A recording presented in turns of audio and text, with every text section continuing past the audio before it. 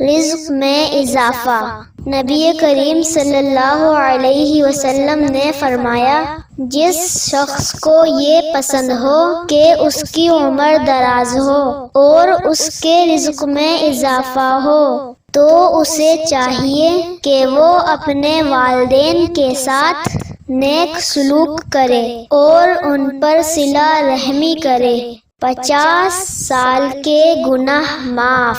رسول اللہ صلی اللہ علیہ وسلم نے فرمایا، جو شخص 50 مرتبہ قل هو اللہ احد پڑھے، اللہ تعالی اس کے 50 سال کے گناہ صغیرہ یعنی چھوٹے گناہ معاف فرما دیں گے۔ اللہ پاک ہمیں عمل کی توفیق عطا فرمائے۔